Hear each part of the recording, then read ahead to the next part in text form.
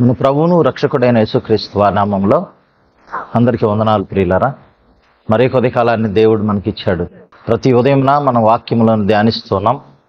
ఈరోజు కూడా దేవుని వాక్యమును ధ్యానించుకున్నాం. మరి ఈ రోజు నుండి ప్రత్యేకముగా ప్రార్థన గురించి, ప్రార్థన యొక్క ప్రాముఖ్యత గురించి మనము వివరించుకుందాం. దేవుడు మనతో ఏం మాట్లాడతాడో ప్రతి విషయాన్ని జాగ్రత్తగా ఆలకించాలని ప్రేమపూర్వకంగా అందరికీ తెలియజేస్తున్నాను. ప్రియమైన దేవుని బిడ్డలారా, ప్రార్థన అనగా దేవునితో సంబంధాన్ని కలిగి ఉండటం.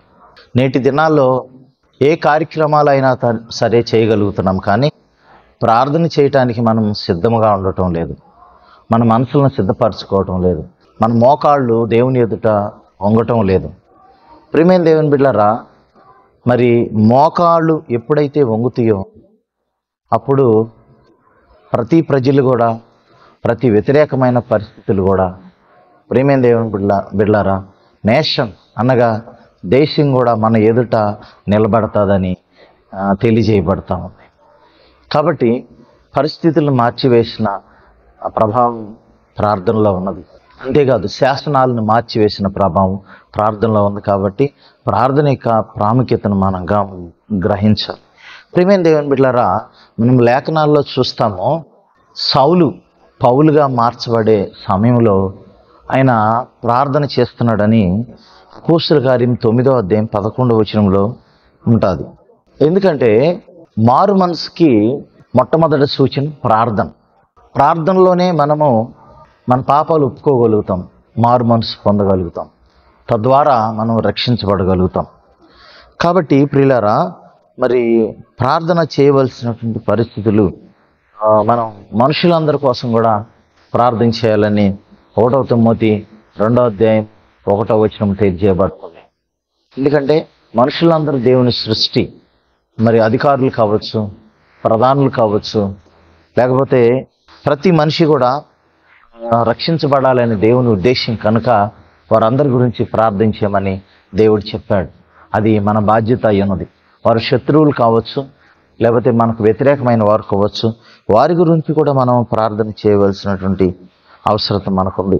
ఎందుకంటే మరి ఈ ప్రపంచంలో అనేక మంది రక్షించబడాలి కాబట్టి వారికి స్వార్థ పరిచర్య చేయటానికి ప్రియులారా, మరి అనేక మంది పనివారిని పంపించమని కూడా కోత యజమానుడు యేసు దేవుణ్ణి మనము మరి వేడుకోవాలి ప్రియులారా. అది 9వ అధ్యాయం 37-38 వచనాల్లో మనం చూస్తాము. కాబట్టి మరి పనివారిని పంపమని వేడుకోమని అక్కడ తెలియజేస్తూ ఉన్నాడు. అంతేకాదు, మరి యేసు ప్రభువు కూడా తన పరిచర్యను మరి ప్రార్థనతోనే ప్రారంభించినట్లు మనం చూస్తాం. ప్రియమైన దేవుని బిడ్డలారా, మరి లోకా సువార్త 3వ అధ్యాయం 21వ వచనంలో మనం గమనించినట్లయితే యేసు ప్రభువు బాప్తిసం పొందినప్పుడు మరి ప్రార్థించాడని బైబిల్ తెలియజేస్తూ ఉంది. అంతేకాదు, మార్కు సువార్త 1వ అధ్యాయం 35వ వచనంలో మనం గమనించినట్లయితే మరి ఇంకా చీకటి ఉండగానే పెందలకాడే ఆయన అరణ్య ప్రదేశంకి వెళ్ళి అక్కడ ప్రార్థన చేయుచుండెను అని లేఖనం తెలియజేస్తూ ఉంది. అంతేకాదు, మరి ఆయన తన పరిచర్య కొనసాగిస్తూ ఉన్నప్పుడు ప్రియులారా, హెబ్రీ రాసిన పత్రిక 7వ అధ్యాయం 25వ వచనంలో మనం గమనిస్తాం, విజ్ఞాపన చేయుటకు నిరంతరము జీవిస్తున్నాడని లేఖనం తెలియజేస్తూ ఉంది. ఆయన ఆరోహణమై తర్వాత కూడా తండ్రి కుడి పార్శ్వం నుండి ఆయన ప్రార్థన చేస్తున్నట్లు మనం చూస్తాం. కాబట్టి ప్రియమైన దేవుని బిడ్డలారా, ప్రార్థన ప్రాముఖ్యత అది. మనము ప్రార్థించాలి. ప్రార్థన చేస్తేనే పరిస్థితులు మారిపోతాయి. ప్రియులారా, దేవుడు ఏ వాగ్దానం అయితే చేశాడో ఆ వాగ్దానాన్ని మనం స్వతంత్రించుకోవాలంటే ప్రార్థన ద్వారానే అది సాధ్యమవుతుంది. నా జీవితంలో దేవుడు ఎన్నో గొప్ప కార్యాలు చేశాడు. ప్రార్థించినప్పుడు దేవుడు నా పరిస్థితులు మార్చేశాడు, నా ఆలోచనలు మార్చేశాడు, నా పద్ధతులు మార్చాడు. కాబట్టి ప్రియులారా, మనం కూడా ప్రార్థించేద్దాం. ప్రార్థనలో ప్రభు యొక్క ప్రసన్నతను మనం కలిగి ఉన్నాం. ఎప్పుడైతే దేవుని సన్నిధిని మనం కలిగి ఉంటామో అప్పుడు మనం ఏ పాపం చేయం. ఎందుకనగా ప్రార్థన చేసేవాడు అంటే పాపం చేయడంట. పాపము మరి చేసేవాడు ప్రార్థన చేయడు. కాబట్టి మనం ప్రార్థిస్తే పాపం చెయ్యం. కాబట్టి పాపానికి మనం దూరంగా ఉండాలంటే ప్రార్థించాలి. ప్రియులారా, ప్రార్థించేటప్పుడు అది ఎలాంటి మహా గొప్ప శక్తి కూడా మనల్ని ఏది కూడా చేయలేదు కదా. భక్తులు ప్రార్థిస్తున్నప్పుడు గొప్ప కార్యాలు జరిగినాయి. యేసుప్రభువు వారు ప్రార్థిస్తున్నప్పుడు ఆయన రూపాంతరం చెందాడని బైబిల్ తెలియజేస్తాం. మరి మోషే ప్రార్థన చేస్తున్నప్పుడు దేవుని యొక్క ఉగ్రత తొలగించుకున్నట్లు మనం చూస్తాం. అంతేకాదు ఏలియా ప్రార్థన చేస్తున్నప్పుడు ఆకాశం నుండి అగ్ని దిగి వచ్చినట్లు మనం చూస్తాం. కాబట్టి ప్రియులారా, ప్రార్థన యొక్క ప్రాముఖ్యత ఎంతో గొప్ప మనం గమనించాలి. కాబట్టి నేటి దినము నుండి మనం ప్రార్థన యొక్క ప్రాముఖ్యతను, ఆవశ్యకతను మనం చూద్దాం. ఈ రీతిగా మీరు కూడా ప్రార్థన చేయవారై ఉండాలి. గొప్ప విజ్ఞాపన కర్తలుగా మీరు ఉండాలి.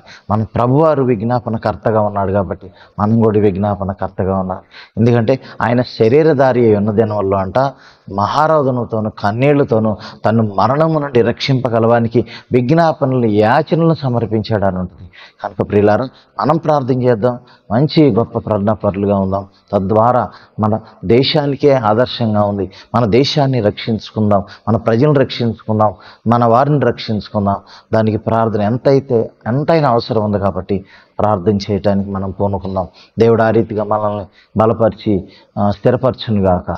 ఆమెన్. ప్రార్థన చేసుకుందాం. మమ్మల్ని మిక్కిలిగా ప్రేమించిన ప్రియ పరలోకపు తండ్రి, మీకు వందనాలు ప్రభువా. ఆ ప్రార్థన యొక్క ప్రాముఖ్యతను, ఆవశ్యకతను మేము విన్నాము కాబట్టి ప్రార్థించాలి. మారు మనసుకు ముఖ్యముగా ఆ యొక్క ఆనవాలు ప్రార్థనే కాబట్టి, రక్షణకు ఆనవాళ్ళు ప్రార్థనే కాబట్టి, కార్యాలు జరగటానికి ప్రార్థనే కాబట్టి, విశ్వాస ఎదుగుదలకు ప్రార్థనే కాబట్టి, అలాంటి ప్రార్థన జీవితం మేమందరం కలిగి ఉండటం మాకు సహాయం చేయమని యేసు పరిశుద్ధనామమున అడిగి వేడుకుని ప్రార్థన చేస్తున్నాం తండ్రి. ఆమేన్. మన తండ్రి అయిన దేవుని ప్రేమ, ప్రభువైన యేసు క్రీస్తు వారి కృప, పరిశుద్ధాత్మని సహవాసం చేరు మనకును సకల పరిశుద్ధులకును ఎల్లప్పుడూ తోడే నడిపించును గాక. ఆమేన్.